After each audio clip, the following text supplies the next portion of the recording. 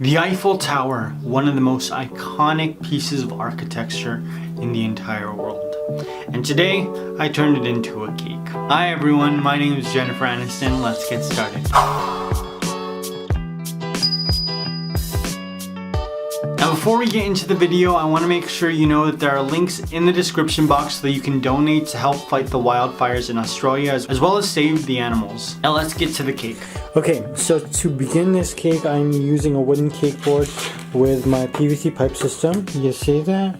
And I had to turn the cake board upside down because I wanted to make sure that the bottom of the Eiffel Tower fits.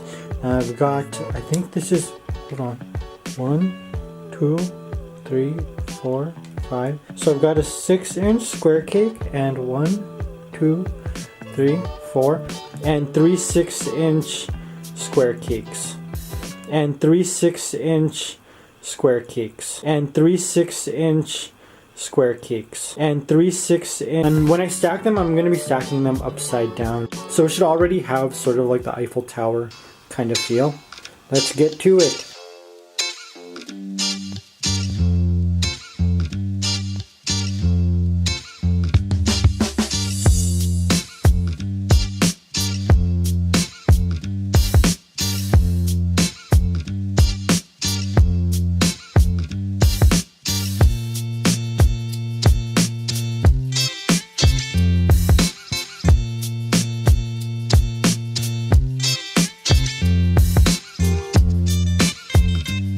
Now flipping the cakes upside down already gives it the Eiffel Tower shape, but I am going to have to carve the first 2 layers quite a bit, just so that I can get that really nice, really thin trapezoid shape. That's it, right? That's a trapezoid? Hey Siri, what does a trapezoid look like?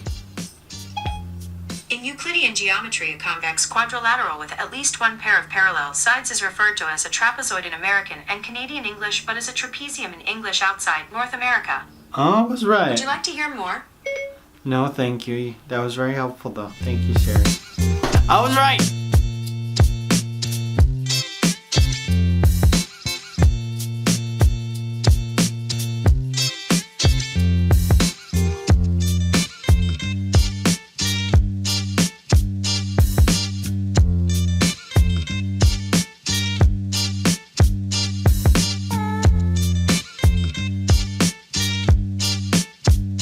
So I finished with the chrome coat. I added a little bit of a support system here.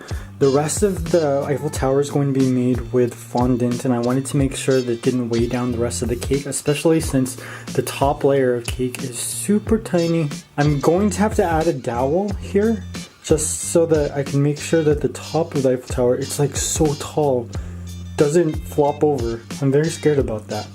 Now I know that the Eiffel Tower is kind of like the Ferris wheel that I have back there. It's just this metal structure that's hollow. But I've found a way to make it so that the inside can be cake as well as show the structure of the Eiffel Tower. I think this will work. Fingers crossed, I think it will. I'm pretty sure. Let's get to work.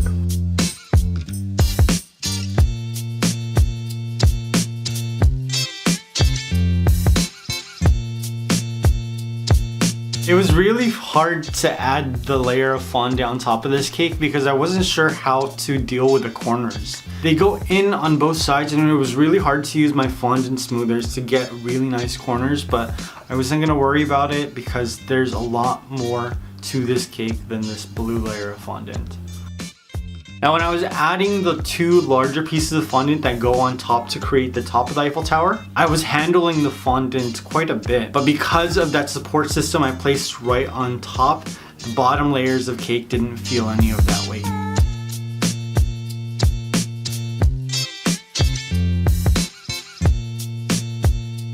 Okay guys, so here is the product right now. And I'm just gonna say it because I'm sure you can tell.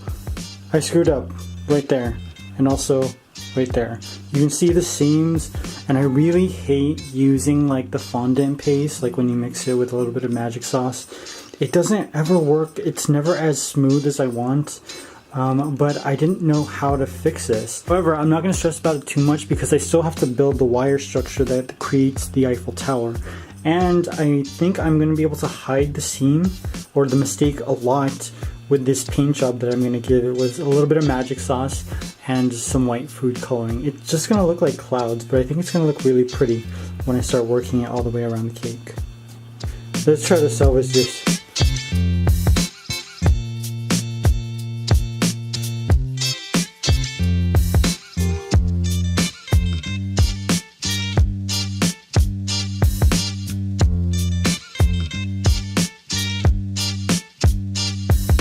Alright you guys, look, I hid my mistake with clouds. Look at that. You can't even see my mistake anymore. It looks intentional. This cake is gonna turn out bomb. No more worries. In other news, I finished building my castle again. Look at that, Mickey and Minnie. And I altered the structure so that I could fit the characters inside different places. Before you couldn't do that. So I had to engineer a little bit more room so that the characters could fit inside. Look at that. All I have to do now is build the structure. Let's do it.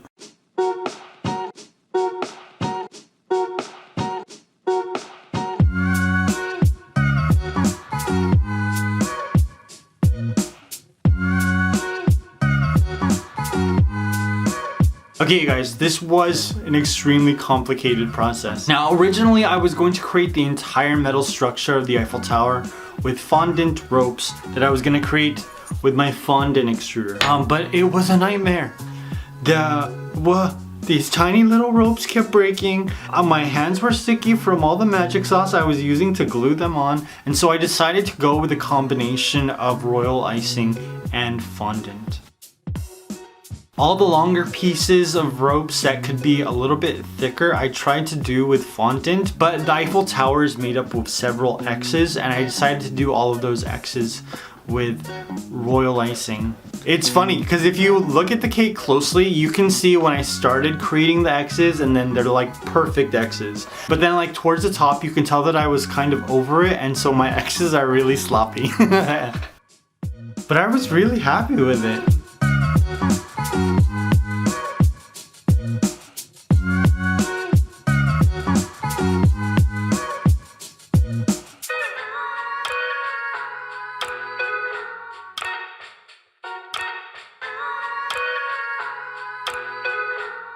So here's the tower, look at it, it's looking pretty stunning. And you know I had to add some of these molds because I love this mold, I use it for everything. And I know I took some liberties with the design, but I think it just upgrades the piece tenfold. So let's get to the luster dusting.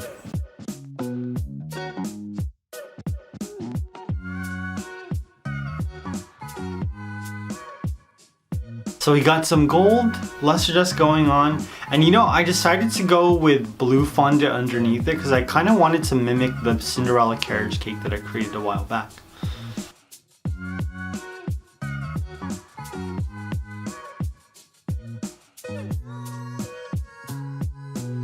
And here's the final product. You guys, look at that. I'm loving it. So there's a ton of stuff that I love about this. I love the luster dust because, I just love luster dust. I love how the white food coloring hides my mistakes by the seams.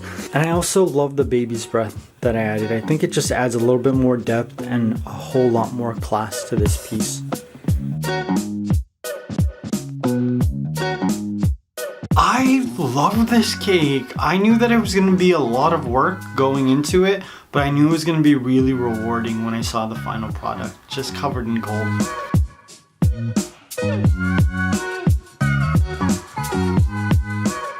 Now last Saturday was my aunt's birthday, and this was perfect because we ended up using this cake to celebrate her 85th birthday. She was floored when she saw this. It's just like the gold is so immaculate. Now I'm curious, what other buildings would you like me to create? What other famous buildings? Put your ideas in the comments and they might become a video. I hope you guys enjoyed this. I love you. I will see you very soon. Peace!